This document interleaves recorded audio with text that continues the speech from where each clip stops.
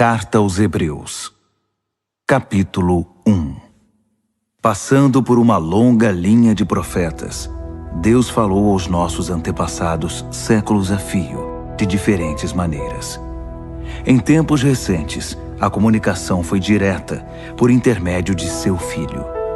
Por meio do Filho, Deus no princípio criou o mundo, e no fim tudo vai pertencer ao Filho. O Filho reflete perfeitamente que Deus é e está selado com a natureza de Deus. Ele mantém tudo unido pelo que diz, palavras poderosas. Depois de ter consumado o sacrifício pelos pecados, o Filho tomou seu lugar de honra nos altos céus ao lado de Deus, sendo maior em posição e domínio que qualquer anjo. Alguma vez Deus disse a algum anjo: "Você é meu filho, hoje me alegro em você"? Ou "Eu sou seu pai, ele é meu filho"? Quando ele apresenta seu filho com todas as honras ao mundo, ele diz: todos os anjos devem adorá-lo. Mas com respeito aos anjos diz: os mensageiros são ventos, os servos são línguas de fogo. Mas ao filho ele diz: tu és Deus e estás no trono definitivamente, teu governo tudo corrige. Tens prazer quando as coisas andam bem e repudias quando tudo está errado. É por isso que Deus, teu Deus, derramou óleo aromático sobre tua cabeça, fazendo-te rei, muito acima dos teus queridos companheiros. E mais uma vez ao Filho: tu, Senhor, deste início a tudo. Estabeleceste os fundamentos da terra, depois modelaste as estrelas no céu. Terra e céu se desfarão, mas tu jamais. Eles se gastam como roupa velha. Tu irás dobrá-los como um manto usado, e então os guardarás. Mas serás sempre o mesmo, ano após ano. Nunca irás definhar, nunca irás desvanecer. E alguma vez ele disse algo parecido a algum anjo? Assente-se aqui ao meu lado direito, até que eu faça dos seus inimigos um descanso para os pés. Não é óbvio que todos os anjos são enviados para ajudar os que foram designados para receber a salvação?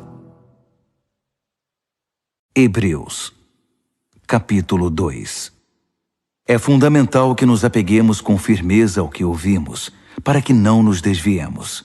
Se a antiga mensagem entregue pelos anjos era válida e ninguém podia desprezá-la, acham que podemos nos arriscar a desprezar a última, esta magnífica salvação?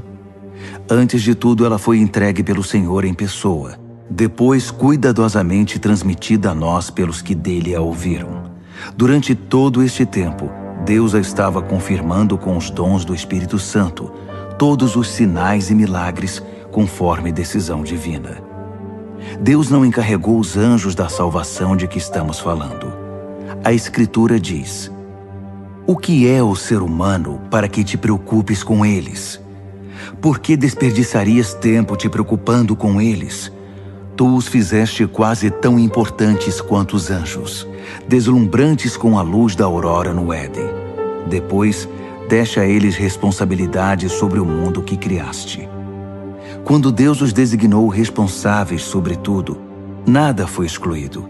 Mas ainda não vemos todas as coisas debaixo da jurisdição humana.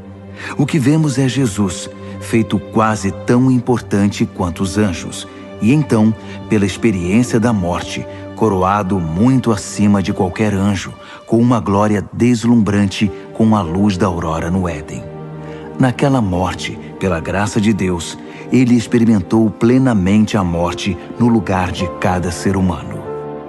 Faz sentido que o Deus que iniciou tudo e que tudo preserva agora conclua sua obra, tornando perfeito o pioneiro da salvação através do sofrimento, enquanto ele conduz todas essas pessoas à glória. Uma vez que aquele que salva e os que são salvos têm uma origem comum, Jesus não hesita em tratá-los como família, dizendo: vou contar a meus bons amigos, meus irmãos e irmãs, tudo o que sei sobre ti. Vou me reunir a eles num culto e em louvor a ti. Uma vez mais, ele se põe no mesmo círculo familiar quando diz: até eu vivo por depositar minha confiança em Deus. E uma vez mais, aqui estou com os filhos que Deus me deu. Uma vez que os filhos são de carne e sangue, é óbvio que o Salvador assumiu a carne e o sangue para resgatá-los por sua morte. Abraçando a morte e tomando-a para si, ele destruiu o poder que o diabo exercia sobre a morte e libertou os que temiam em vida por causa do medo da morte. Assim, é evidente que ele não suportou tudo isso por causa dos anjos, e sim por causa de pessoas como nós, filhos de Abraão. Foi por isso que ele teve de assumir a vida humana de forma integral. Então, quando se apresentou diante de Deus como sacerdote principal para retirar os pecados da humanidade, ele já havia experimentado toda a dor e havia passado em todos os testes, e agora tinha condições de ajudar no que fosse necessário.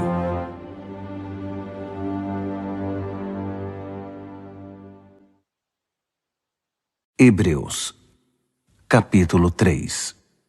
Portanto, prezados amigos cristãos, companheiros nesta vocação até as últimas consequências, olhem com muita atenção para Jesus.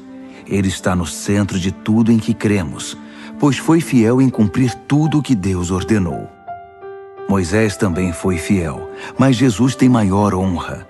O construtor tem mais valor que sua obra. Toda casa tem um construtor, mas o construtor por trás de tudo é Deus. Moisés fez um bom trabalho na casa de Deus, mas foi um trabalho de servo, deixando as coisas preparadas para aquele que haveria de vir. Cristo, o Filho, tem a responsabilidade da casa. Agora basta que nos apeguemos com firmeza a essa ousada confissão e estamos em casa. É por isso que o Espírito Santo diz: hoje, por favor, ouçam. Não fechem os ouvidos, como na revolta amarga, o tempo de provação no deserto. Ainda que eles tivessem observado meu trabalho por 40 anos, seus antepassados não me permitiram agir do meu modo e muitas vezes testaram minha paciência. Fui provocado, muito provocado. Eu disse, o coração deles nunca vai estar comigo.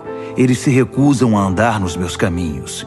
Irritado, jurei, eles nunca vão chegar ao seu destino, nunca vão conseguir se sentar e descansar. Portanto, amigos, vigiem seus caminhos. Certifiquem-se de que não haja nenhuma descrença maligna rondando e que possa desviá-los do caminho, afastando-se do Deus vivo.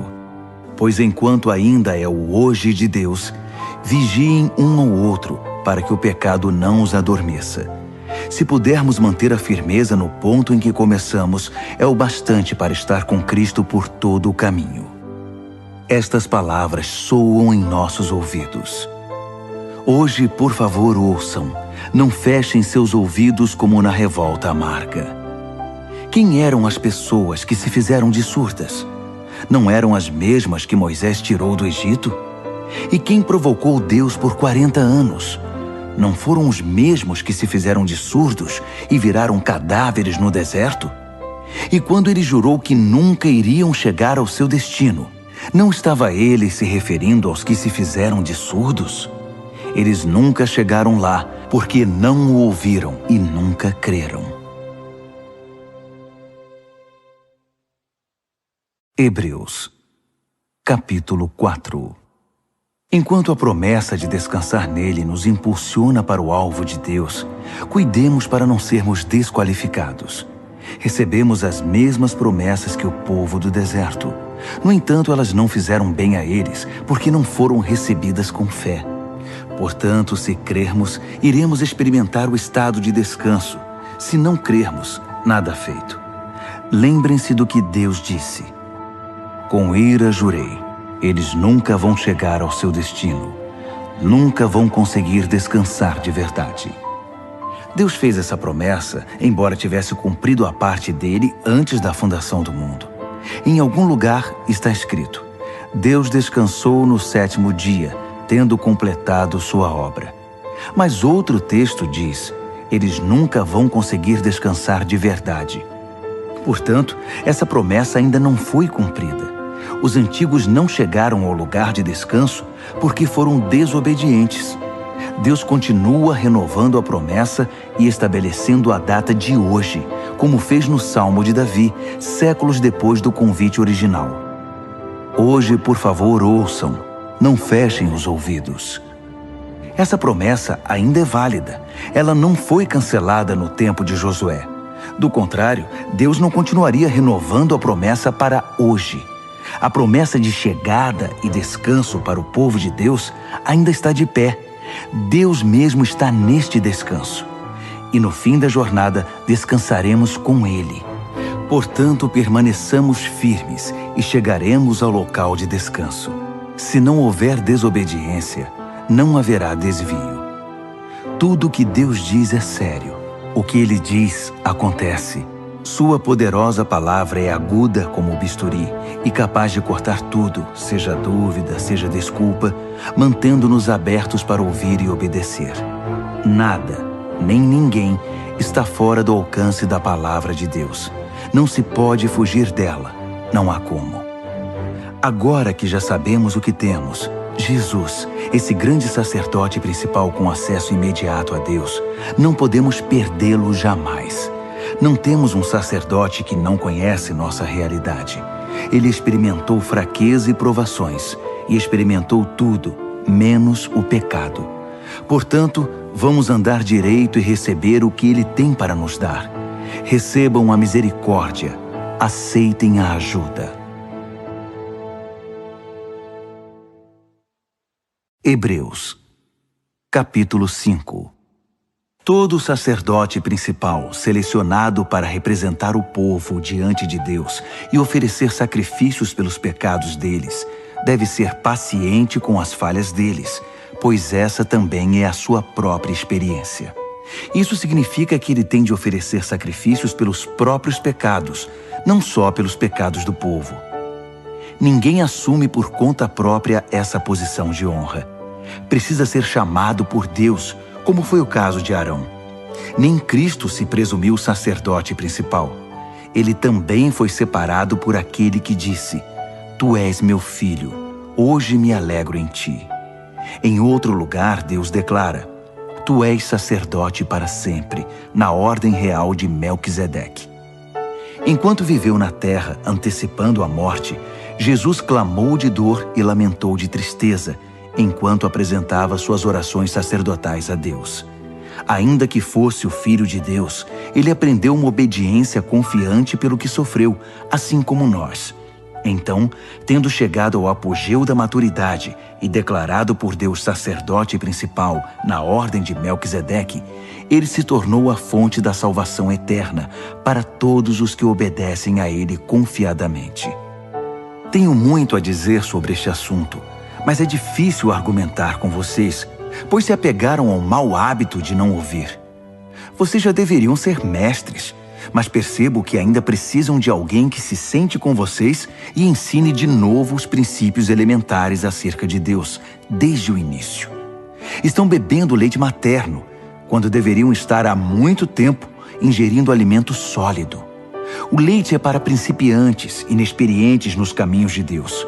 O alimento sólido é para quem tem maturidade e alguma prática em discernir o certo do errado. Hebreus, capítulo 6. Portanto, vamos abandonar os rabiscos da pré-escola e passar para as grandes obras de arte que retratam Cristo. Cresçam em Cristo. As verdades fundamentais estão estabelecidas.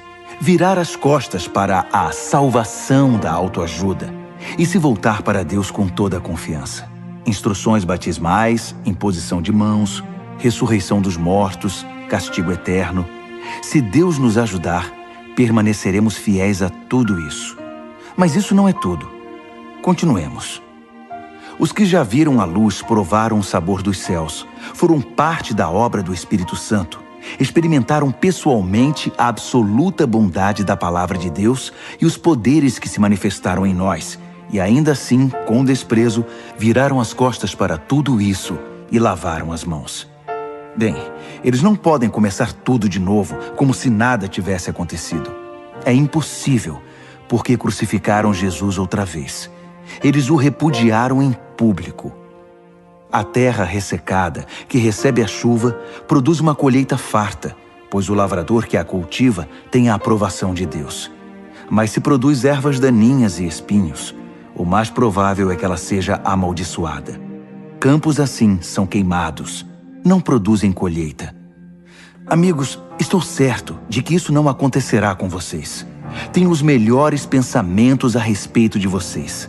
Pensamentos sobre a salvação. Deus não perde nada. Deus conhece perfeitamente o amor que vocês demonstraram quando ajudaram alguns cristãos em necessidade, algo que continuam a praticar.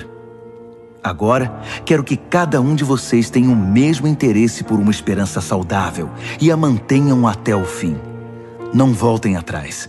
Sejam como aqueles que nunca perderam a fé e receberam tudo o que foi prometido a eles. Quando Deus fez aquela promessa a Abraão, ele a endossou, pondo a própria reputação em jogo. Ele disse: prometo que o abençoarei com tudo o que tenho. Bênção, bênção e bênção. Abraão se agarrou a isso e recebeu tudo o que lhe foi prometido. Quando alguém faz uma promessa, oferece também uma garantia, apelando para alguma autoridade acima dele. Assim, se houver alguma dúvida a respeito da promessa, a autoridade entra em ação, decidindo qualquer questionamento. Deus, como garantia de suas promessas, deu sua palavra, uma garantia sólida como rocha. Deus não pode quebrar sua própria palavra. E como sua palavra não pode mudar, sua promessa é também imutável. Nós que recorremos a Deus para salvar nossa vida, temos todos os motivos para agarrar com as duas mãos a esperança prometida e nunca mais a largar. Essa esperança é uma linha da vida espiritual inquebrável que vai além de tudo que é visível, até a presença de Deus, onde Jesus está, pois ele se adiantou a nós e assumiu sua posição permanente de sacerdote principal a nosso favor, na ordem de Melquisedeque. Hebreus, capítulo 7. Melquisedeque era rei de Salém e sacerdote do Deus Altíssimo. Ele se encontrou com Abraão, que voltava de derrotar alguns reis, e o abençoou. Abraão, por sua vez, entregou a ele a 10ª parte do espólio de guerra. O nome Melquisedeque significa rei de justiça, e Salém significa paz. Portanto, ele é também o rei da paz. Melquisedeque é mencionado na história sem registro de laços familiares, sem indícios de que teve início ou fim. Nesse sentido, ele é como o Filho de Deus, uma presença sacerdotal grandiosa dominando todo o cenário. Podemos deduzir que Melquisedeque era alguém muito importante pelo fato de nosso pai Abraão ter dado a ele o dízimo dos despojos. Os sacerdotes descendentes de Levi são autorizados a recolher os dízimos do povo, ainda que sejam mais ou menos iguais, sacerdotes e povo, tendo um pai em comum, Abraão. Mas esse homem, um estrangeiro, recebeu dízimos de Abraão e abençoou aquele que havia recebido as promessas de Deus. Em atos de bênção, o menor é abençoado pelo maior. Vejamos o caso por outro ângulo.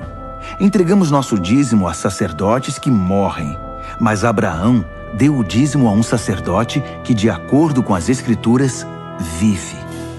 Vocês podem até argumentar que, sendo Levi descendente de Abraão e tendo Abraão dado o dízimo a Melquisedeque, quando damos os dízimos à tribo sacerdotal de Levi, eles terminam em Melquisedeque. Se o sacerdócio de Levi e Arão, que deu a estrutura para a entrega da lei, pudesse tornar as pessoas perfeitas, não haveria necessidade de um novo sacerdócio, como o de Melquisedeque. Mas como esse sacerdócio não conseguiu cumprir seu objetivo, houve uma mudança de sacerdócio. Com ele veio uma nova lei, que instituía mudanças radicais.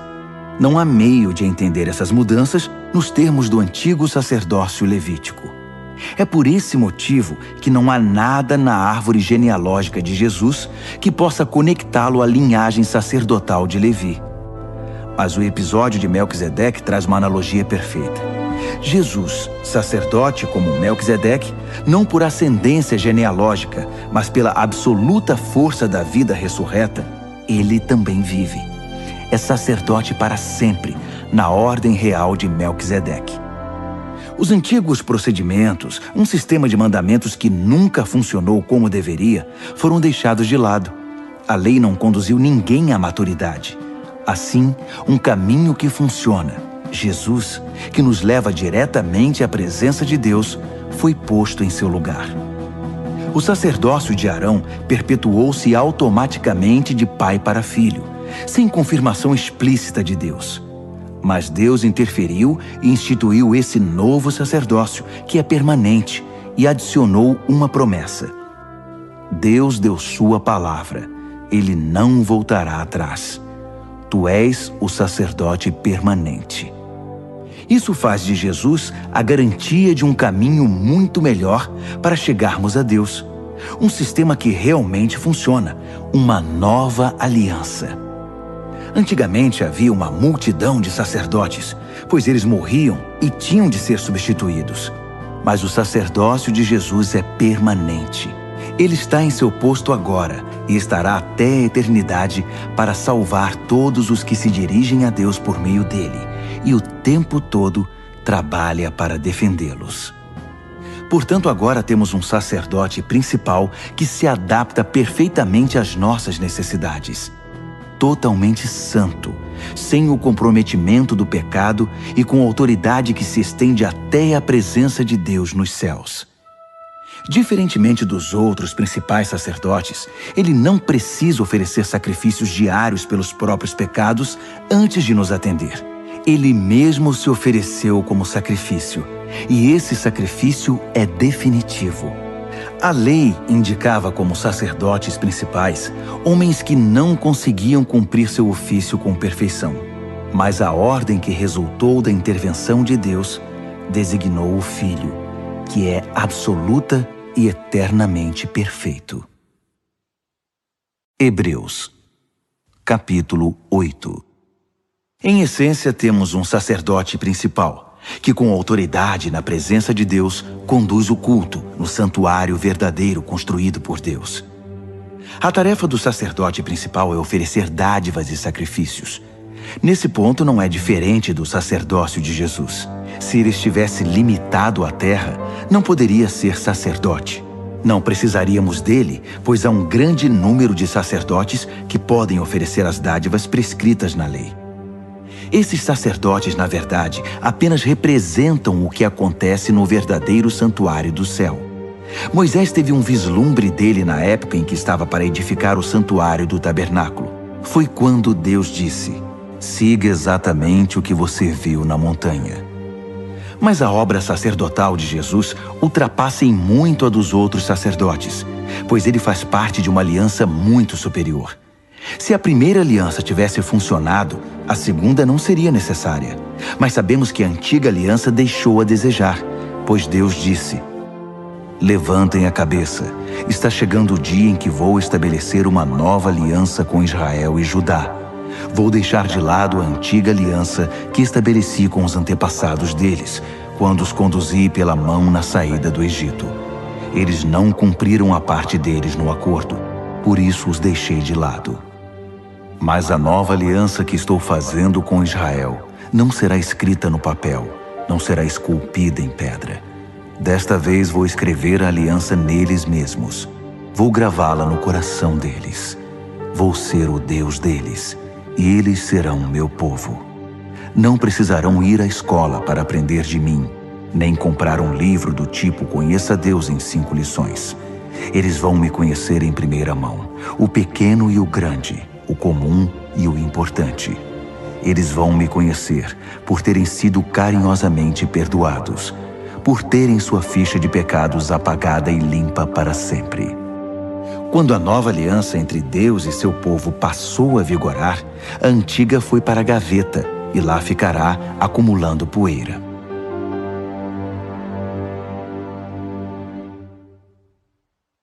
Hebreus, capítulo 9. A primeira aliança continha orientações para o culto e contava com um lugar designado especialmente para realizá-lo. Uma grande tenda exterior foi montada. Ela abrigava o candelabro, a mesa e o pão da presença. Esse local era conhecido como Lugar Santo. Uma cortina foi estendida e atrás dela montaram uma tenda menor, o lugar santíssimo. Ali foram postos o altar de incenso, feito de ouro, e a arca da aliança, que era coberta de ouro e guardava uma urna de ouro com maná, o cajado de Arão que floresceu, as tábuas da aliança e o propiciatório, sob a sombra das asas do anjo. Mas não temos tempo para comentar isso agora. Depois que tudo estava em seu lugar, os sacerdotes cuidavam de suas tarefas na tenda maior. Mas apenas o sacerdote principal entrava na tenda interior, a menor, e isso uma vez por ano, para oferecer um sacrifício de sangue pelos próprios pecados e pelos pecados acumulados do povo. Essa foi a maneira utilizada pelo Espírito Santo para mostrar, por meio de uma parábola visual, que enquanto a tenda maior existisse, o povo não poderia andar com Deus lado a lado. Nesse sistema, as oferendas e os sacrifícios não podem, de fato, chegar ao âmago da questão. Não podem acalmar a consciência das pessoas, pois estão limitadas a questões de ritual e comportamento. Trata-se essencialmente de um arranjo temporário, até que uma revisão completa pudesse ser feita. Mas quando o Messias, o sacerdote principal dos assuntos superiores da nova aliança, entrou em cena, ele ignorou o antigo tabernáculo e seus utensílios, neste mundo criado, e se dirigiu diretamente ao tabernáculo dos céus, o verdadeiro lugar santo, para exercer um ministério perfeito. Ele também descartou os sacrifícios que consistiam em sangue de bezerros e de bodes, e os substituiu pelo oferecimento do próprio sangue. Esse foi o preço da nossa libertação definitiva. Se o sangue de animais e outros rituais de purificação tiveram algum efeito positivo sobre nosso comportamento e nossa religião, imaginem quanto mais o sangue de Cristo é capaz de purificar nossa vida, por dentro e por fora. Por meio do Espírito, Cristo ofereceu-se como sacrifício sem defeito e nos libertou dos esforços inúteis para que nos tornássemos pessoas respeitáveis e pudéssemos viver para Deus. Assim como um testamento só tem efeito depois da morte de quem o fez, a nova aliança foi iniciada com a morte de Jesus. Sua morte assinalou a transição da antiga aliança para a nova, cancelando as antigas obrigações e os pecados que as acompanhavam, e convocando os herdeiros a receber a herança eterna que foi prometida a eles. Reuniu Deus e seu povo neste novo caminho. Mesmo na primeira aliança, houve a necessidade de uma morte para sua confirmação. Depois de ler todos os termos da aliança da lei, o testamento de Deus, Moisés pegou o sangue dos animais sacrificados e, num gesto solene, aspergiu-o sobre o documento e sobre o povo, que era o beneficiário. Ele atestou sua validade com as palavras: "Este é o sangue da aliança ordenada por Deus." Fez o mesmo com o local de culto e seu mobiliário. Moisés disse ao povo: "Este é o sangue da aliança que Deus firmou com vocês." Num testamento, pode-se dizer que tudo gira em torno da morte. É por isso que o sangue, a evidência da morte, é tão usado em nossa tradição, especialmente no que se refere ao perdão de pecados. Isso indica a proeminência do sangue e da morte em todas aquelas práticas secundárias que apontam para as realidades do céu. Indica também que quando o que é real assume seu lugar, os sacrifícios de animais não são mais necessários, pois já cumpriram seu propósito. Cristo não entrou na versão terrestre do lugar santo. Ele entrou no verdadeiro lugar santo e ofereceu-se a Deus como sacrifício pelos nossos pecados. Ele não faz isso todo ano, como os principais sacerdotes faziam na antiga aliança, com um sangue que não era o deles. Se fosse, ele teria de se sacrificar repetidamente no decorrer da história. Em vez disso, ele se sacrificou de uma vez por todas, assumindo todos os outros sacrifícios no seu sacrifício, a solução final para o pecado. Todo mundo tem de morrer uma vez e depois encarar as consequências de sua vida. A morte de Cristo também foi um acontecimento único, mas foi um sacrifício que levou nossos pecados para sempre. Assim, da próxima vez que ele se manifestar, o resultado para os que estão ansiosos por encontrá-lo será exatamente a salvação. Hebreus, capítulo 10. A antiga aliança era apenas um vislumbre das boas coisas da nova aliança. Uma vez que a antiga aliança da lei não era completa em si mesma, ela não poderia aperfeiçoar os que participavam dela. Não importa quantos sacrifícios oferecessem ano após ano, jamais conseguiriam uma solução definitiva. Se tivessem conseguido, os adoradores seguiriam cada um o seu caminho alegremente, não mais presos aos seus pecados. Mas em vez de remover a consciência do pecado, a repetição dos sacrifícios de animais na verdade só realçava a preocupação e a culpa, porque o sangue de touros e de bodes não tem poder para eliminar pecados. É isso que a profecia quer dizer nas palavras de Cristo.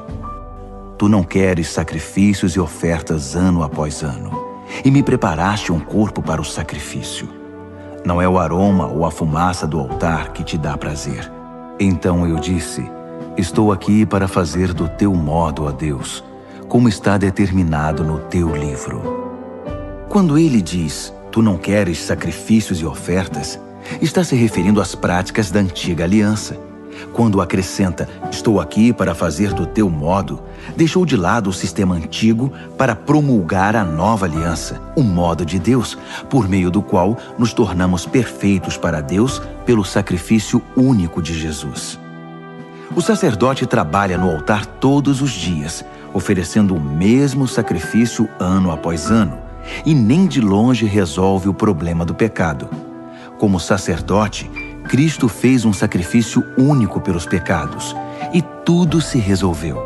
Então, ele se sentou à direita de Deus e apenas esperou que seus inimigos desabassem. Foi um sacrifício perfeito, realizado por uma pessoa perfeita, para aperfeiçoar pessoas muito imperfeitas. Por meio daquela simples oferta, ele fez tudo o que precisava ser feito para os que tomam parte no processo purificador. O Espírito Santo confirma. A nova aliança que estou fazendo com Israel não será escrita no papel, não será esculpida em pedra. Desta vez, vou escrever a aliança neles mesmos. Vou gravá-la no coração deles. Ele conclui. Vou limpar de vez a ficha dos pecados deles. Uma vez que os pecados foram definitivamente eliminados, não é preciso mais oferecer sacrifícios por eles. Portanto, amigos, podemos agora, sem hesitação, caminhar direto para Deus, até o lugar santo. Jesus preparou o caminho pelo sangue de seu sacrifício e atua como nosso sacerdote diante de Deus. A cortina que dá acesso à presença de Deus é seu corpo. Então, avante, cheios de fé, confiantes de que estamos apresentáveis para Ele, vamos nos agarrar às promessas que nos fazem prosseguir. Ele sempre mantém sua palavra. Sejamos criativos no amor, no encorajamento e na ajuda. Não evite as reuniões de culto, como alguns fazem, desprezando os irmãos, ainda mais agora que o grande dia se aproxima. Desistir e virar as costas para tudo que aprendemos e recebemos, para a verdade que agora sabemos, é o mesmo que rejeitar o sacrifício de Cristo, e estaremos sem defesa no juízo final. E que julgamento será!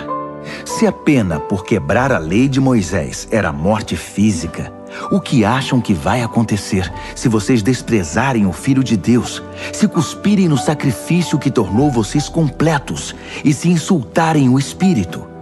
Isso não é pouca coisa. Deus já nos avisou. Vai nos chamar para prestar contas e nos fazer pagar. Ele foi muito claro. A vingança é minha e não vou deixar passar nada. Disse também, Deus vai julgar seu povo. Acreditem, ninguém vai escapar. Lembram-se de quando vocês viram a luz pela primeira vez? Eram tempos difíceis. Ser desrespeitado em público e atacado de todas as formas era a rotina. Às vezes com vocês, às vezes com seus amigos. Se os amigos eram presos, vocês ficaram do lado deles. Se os inimigos atacavam e tomaram seus bens, vocês os deixavam ir com um sorriso, sabendo que eles não poderiam tocar no verdadeiro tesouro de vocês. Nada disso os aborrecia, nada os fez retroceder. Então, não joguem tudo isso fora.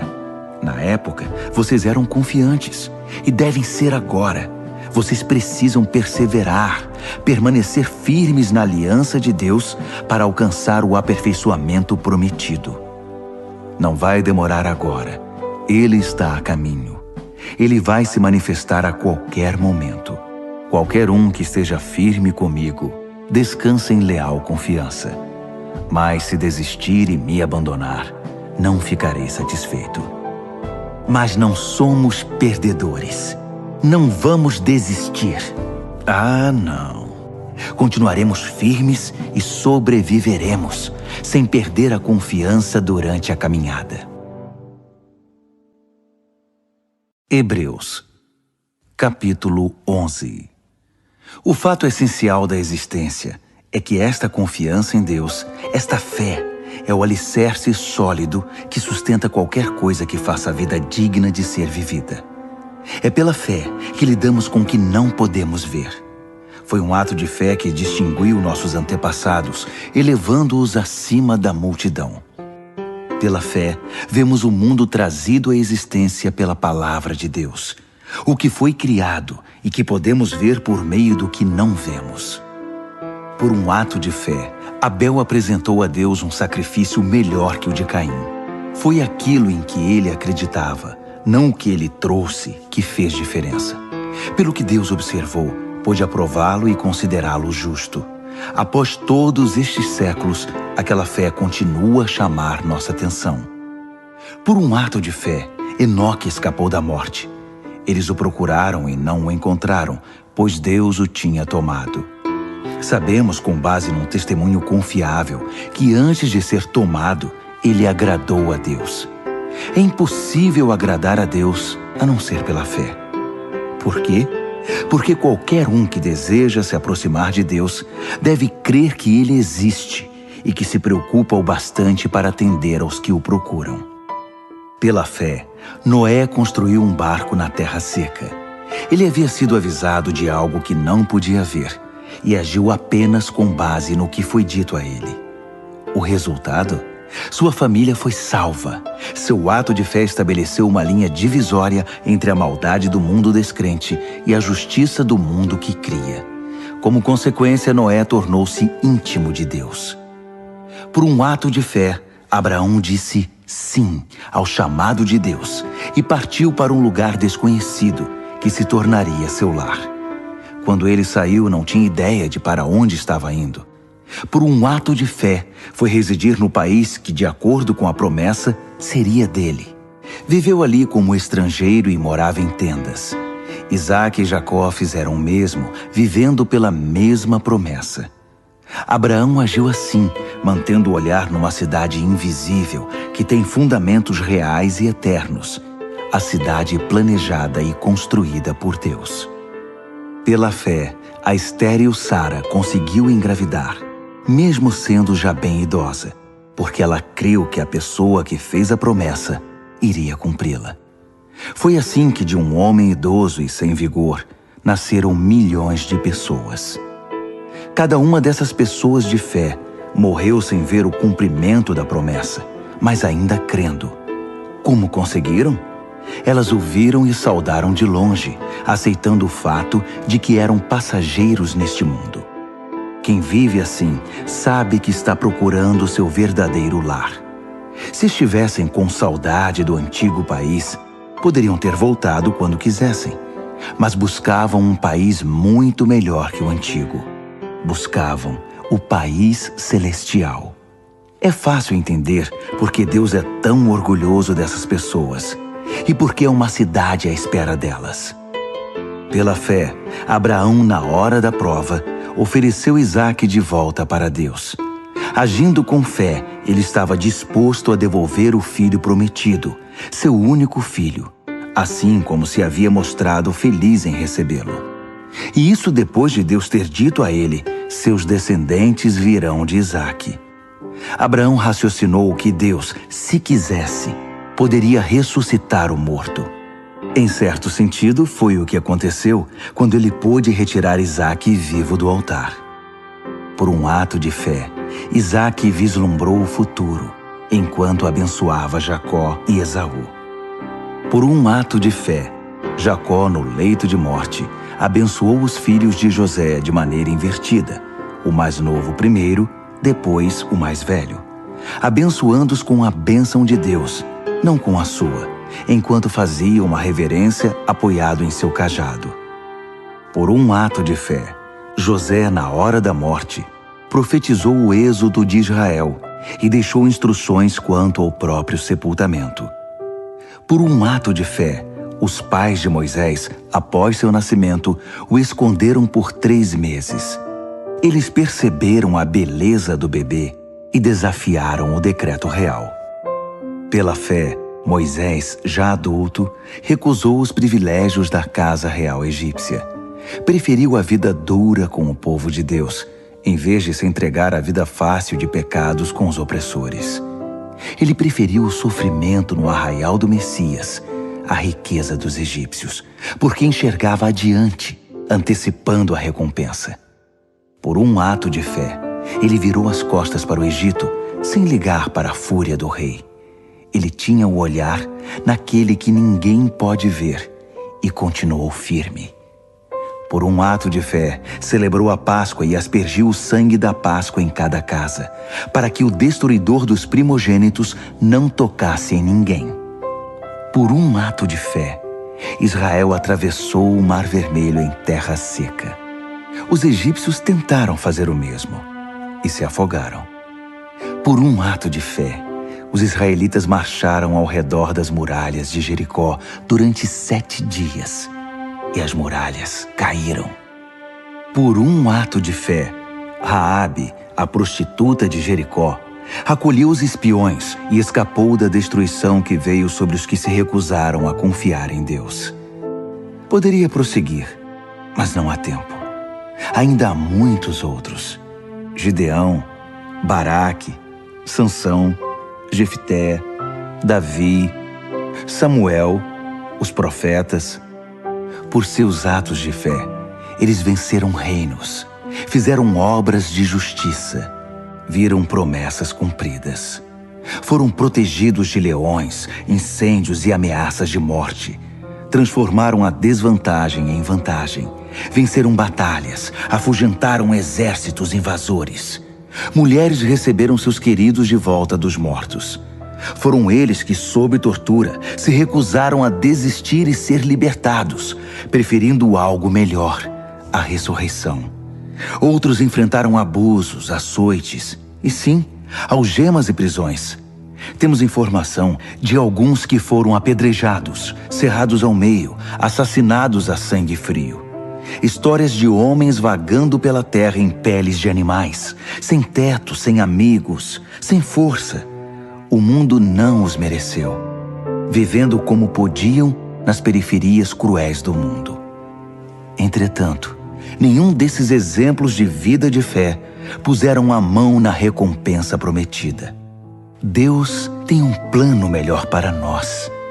Que nossa fé se junte a deles para formar um todo completo, como se a vida de fé que eles tiveram não fosse completa sem a nossa.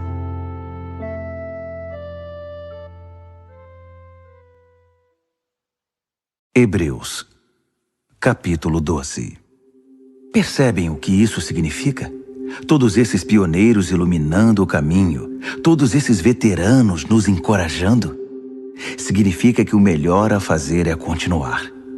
Livres dos acessórios inúteis, comecem a correr e nunca desistam.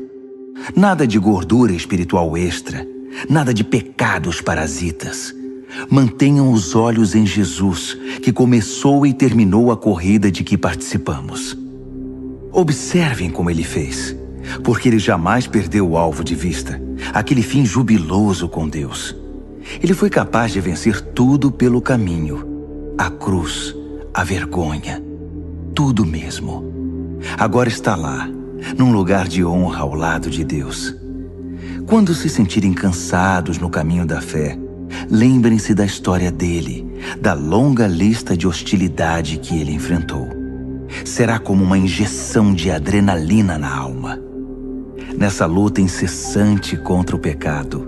Outros sofreram muito mais que vocês, sem falar no que Jesus enfrentou, todo aquele derramamento de sangue. Portanto, nada de autocomiseração. Ou vocês já se esqueceram de que os bons pais tratam bem os filhos e que Deus trata vocês como filhos dele? Meus filhos queridos, não desprezem a disciplina de Deus. Também não sejam esmagados por ela. Ele disciplina o filho que ama. O filho que ele abraça, ele também corrige. Deus está educando vocês. É por isso que vocês nunca devem desistir. Ele está tratando vocês como filhos queridos. Essa provação que vocês estão enfrentando não é um castigo, é um treinamento, a experiência normal dos filhos. Só pais irresponsáveis deixam os filhos por conta própria. Vocês gostariam que Deus fosse irresponsável? Se respeitamos nossos pais que nos educaram e não nos mimaram, por que não aceitar a disciplina de Deus para que possamos viver de verdade? Quando éramos crianças, nossos pais faziam o que para eles parecia o melhor. Mas Deus está fazendo o que é melhor para nós. Está nos treinando para que possamos viver de acordo com seu santo propósito. A disciplina nunca é divertida quando está sendo aplicada. É sempre dolorosa. No entanto, mais tarde, evidentemente, é uma bela recompensa, pois quem é treinado adequadamente se torna maduro no relacionamento com Deus. Não cruzem os braços, não fiquem parados. Preparem o caminho dos maratonistas para que ninguém tropece, caia ou pise em algum buraco e sofra uma contusão no tornozelo. Ajudem-se mutuamente e corram. Esforcem-se para que seja possível a convivência uns com os outros e com Deus. Senão o máximo que vão conseguir é um vislumbre de Deus. Não permitam que ninguém despreze a generosidade de Deus. Não deixem que a erva daninha da amargura se espalhe. Uns poucos espinhos podem arruinar um jardim em pouco tempo. Cuidado com a síndrome de Esaú. Desprezar o dom permanente de Deus para satisfazer um apetite passageiro. Vocês sabem que Esaú mais tarde se arrependeu daquele ato impulsivo e tentou, ora com lágrimas, ora sem lágrimas, recuperar a bênção de Deus. Mas já era tarde demais. Diferentemente dos seus antepassados, vocês não foram até o Monte Sinai, aquele fogo como que de vulcão e estrondo de terremoto, para ouvir Deus falar. As palavras ensurdecedoras e a mensagem forte a ponto de balançar a alma os aterrorizaram, e eles imploraram que parasse. Quando ouviram a frase, se um animal tocar a montanha deverá morrer, ficaram com medo até de se mexer. Até Moisés ficou assustado. Essa não é de modo algum a experiência de vocês. Vocês chegaram ao Monte Sião, a cidade onde o Deus vivo reside. A Jerusalém invisível é habitada por multidões de anjos festivos e cidadãos que creem. É a cidade onde Deus é o juiz e na qual seus julgamentos nos tornam justos. Vocês chegaram a Jesus, que apresentou uma nova aliança, um novo alvará concedido por Deus. Ele é o mediador desta aliança. A morte de Jesus não foi como a de Abel, um assassinato que clama por vingança. Em vez disso, tornou-se uma proclamação da graça. Portanto, não tapem os ouvidos para essas palavras tão agradáveis. Se os que ignoraram as advertências terrenas não escaparam, o que nos acontecerá se virarmos as costas para as advertências do céu? A voz de Deus naquela ocasião sacudiu a terra até os fundamentos. Desta vez ele foi bem claro. Vai sacudir os céus também. Um último abalo, muito violento e devastador, de cima para baixo. A expressão "um último abalo" significa uma limpeza completa, que elimina todo o lixo religioso e histórico e traz à tona a essência inabalável e limpa, sem mistura alguma. Viram o que conseguimos? Um reino inabalável. Conseguem entender como devemos ser gratos? Não apenas agradecidos, mas em atitude de adoração profunda e reverentes na presença de Deus. Pois Deus não é um espectador indiferente. Ele está ativamente limpando a casa, queimando tudo o que precisa ser queimado, e não vai desistir até que toda a sujeira desapareça. O próprio Deus é o fogo.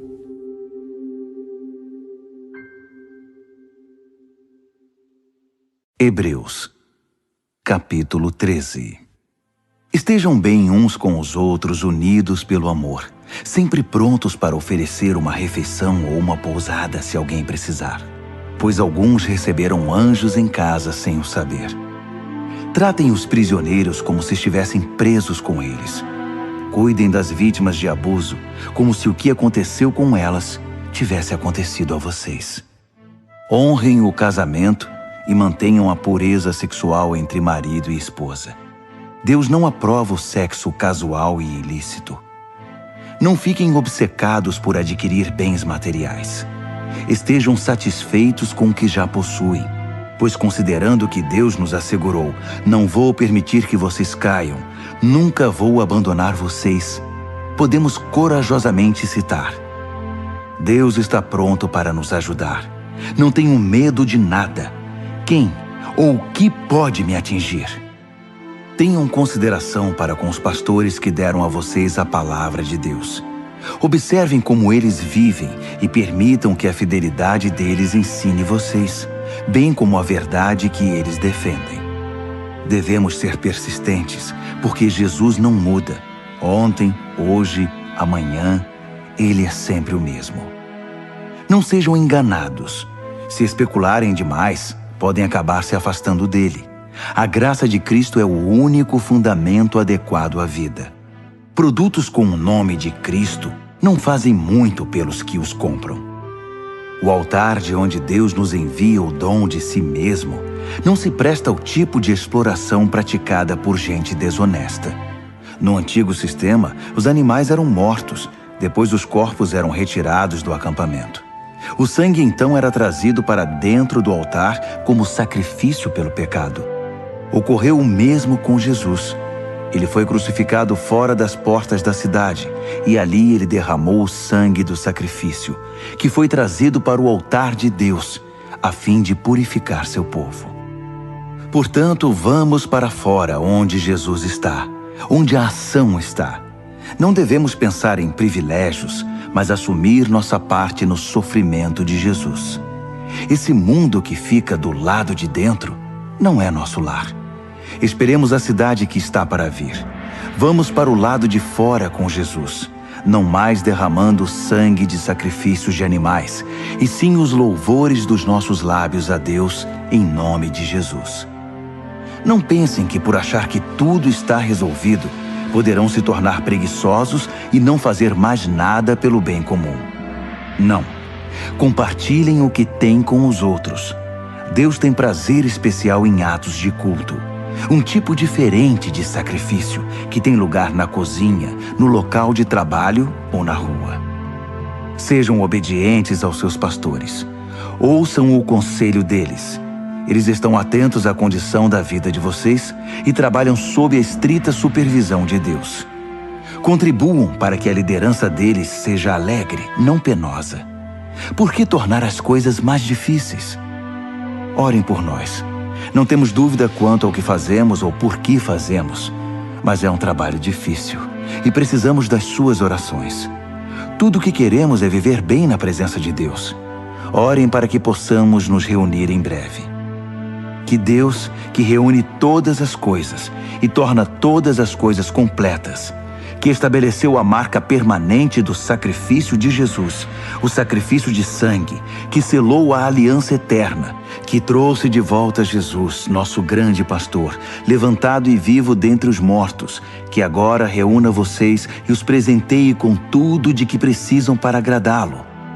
Que Deus faça de nós aquilo que dê mais prazer a Ele, por meio do sacrifício de Jesus, o Messias.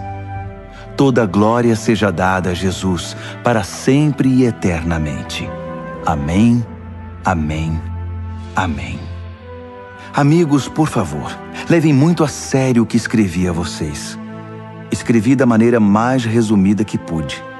Portanto, há muita coisa que não falei. Vocês vão gostar de saber que Timóteo saiu da prisão. Se ele vier logo, vou com ele visitar vocês. Transmitam uma palavra de saudação aos seus pastores e a todas as congregações. Todos aqui na Itália enviam lembranças. A graça seja com cada um de vocês.